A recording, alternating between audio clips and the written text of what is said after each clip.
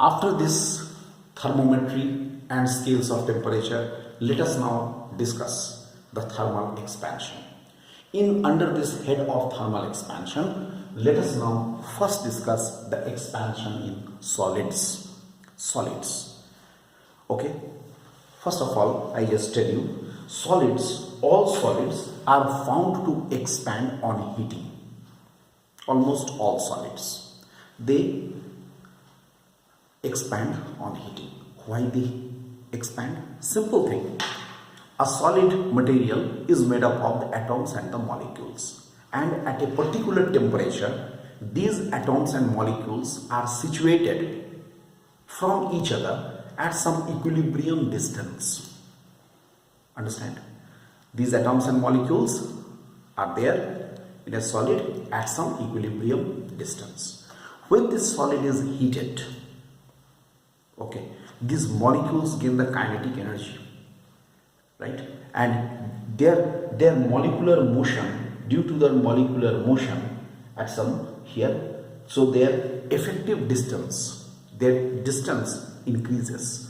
Equilibrium distance which was there, that will not be no more now, it will be increased. So distance increases, as a result of which the solid expands. Now this expansion can be discussed under the three heads. In case of the solids, first expansion is the expansion in length, or you can say it is the linear expansion also. Suppose there is a uniform metallic rod. It's a metallic rod, uniform metallic rod, uniform cross section. There is a metallic rod. And what happens if I consider a rod, thin rod, its length will obviously dominating over its thickness or the breadth. Suppose its length is L. Now what happens? It increases in its length. Suppose increases in its length. When it will increase in its length? When its temperature is increased. Suppose its temperature is increased delta by amount delta T. Delta T is the increase in the temperature. Then what happens? Here it is, delta L is the increase in the length. Look, its original length was L, increase in the length is delta L. Then delta L becomes directly proportional to L, the length of the rod, and also directly proportional to the temperature difference delta T. This change in length, increase in the length, that will be depending upon two important factors. What are these factors? L, original length, delta T, the increase in temperature. So we have delta L is directly proportional to L into delta T, or delta L is equal to, I write alpha. Look, it is alpha into L into delta T. Dear students, I just tell you, don't confuse between this proportionality sign and this alpha sign. Alpha, in case of alpha, we have elongated its arms. Look. So, what we can say here, alpha is called coefficient of linear expansion. It is called, alpha is called coefficient of linear expansion. Now, suppose I am asked to define this coefficient of linear expansion. Now, definition of alpha. I want to define it. Putting L is equal to 1 and delta T is equal to 1. What we can say?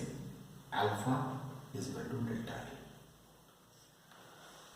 Hence, you can write, hence, coefficient of linear expansion may be defined as the may be defined as the increase in the length of a substance. Increase in the length of a substance. Coefficient of linear expansion may be defined as the increase in the length of a substance if the initial length and increase in temperature are unity. If the increase in the length, if the original length and the increase in the temperature are unity. And here now unit, how to find out the unit? Alpha is equal to delta L by L into delta T. Obviously here its unit of alpha. Unit of alpha is degree Celsius inverse or Kelvin inverse. Mind this. Again I am telling you, delta T is same in the Celsius scale as well as in the Kelvin scale, because it is the increase in temperature, that is a change in temperature. That's why here delta L has the unit for length, meter. L has also the unit of length, meter, cancelled. So only we shall have degree Celsius inverse or Kelvin inverse. Both, either can be written. This is regarding the expansion in the length. Now let us come to the next one. Next one. Here. What is this? Next is the, here I write number 2. Expansion in area. For the expansion in area, to discuss the expansion in area, we can consider any plate, maybe a rectangular plate or any shape of plate we can consider. So suppose any plate or the lamina which is thin but it has the other dimension.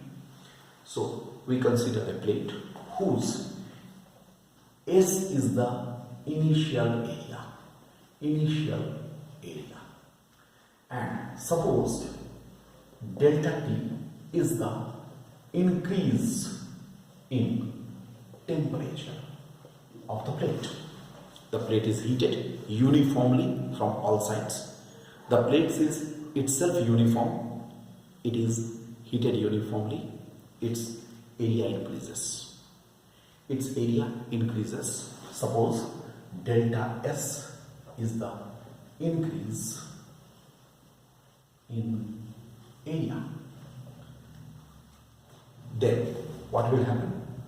Delta S will be directly proportional to S and also directly proportional to delta T. We have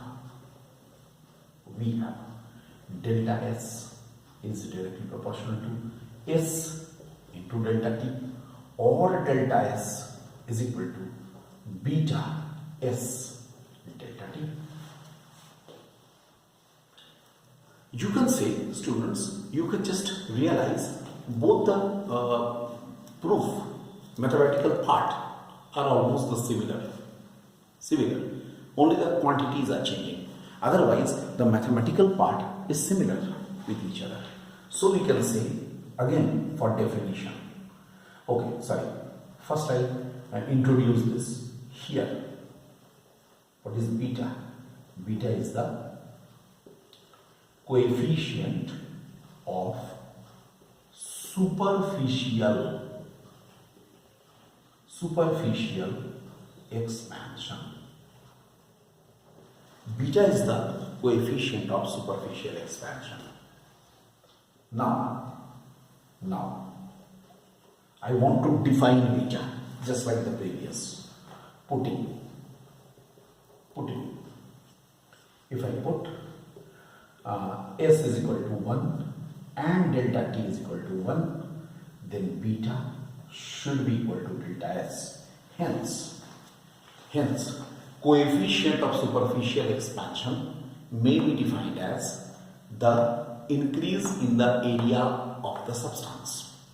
increase in the area of the substance if the initial area and increase in temperature both are unity.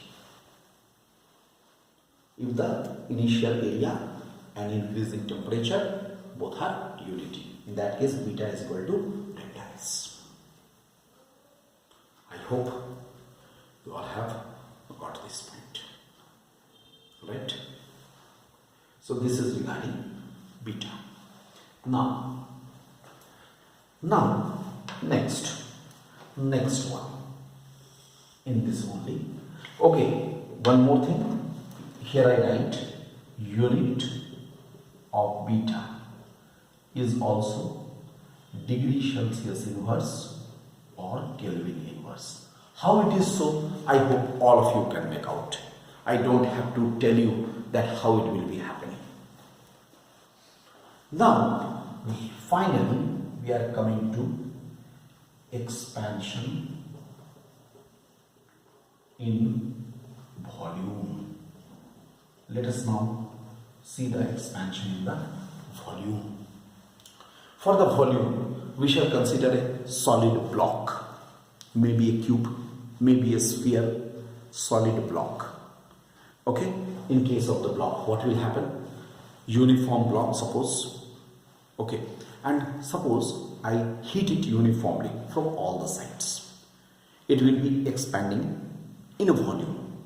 Its expansion will be in a volume. Here, if V is the initial volume, delta T is the increase in temperature, and delta V is the increase in its volume. Then I hope I can make a shortcut here, similar type of the steps. So we can say increase in the volume delta V will be directly proportional to V into delta T, just like the previous cases. So we can say delta V should be equal to gamma times V delta T, where here gamma is the coefficient of volumetric expansion. Volumetric expansion, or it is also called cubical expansion. The same, you can say. And here we can write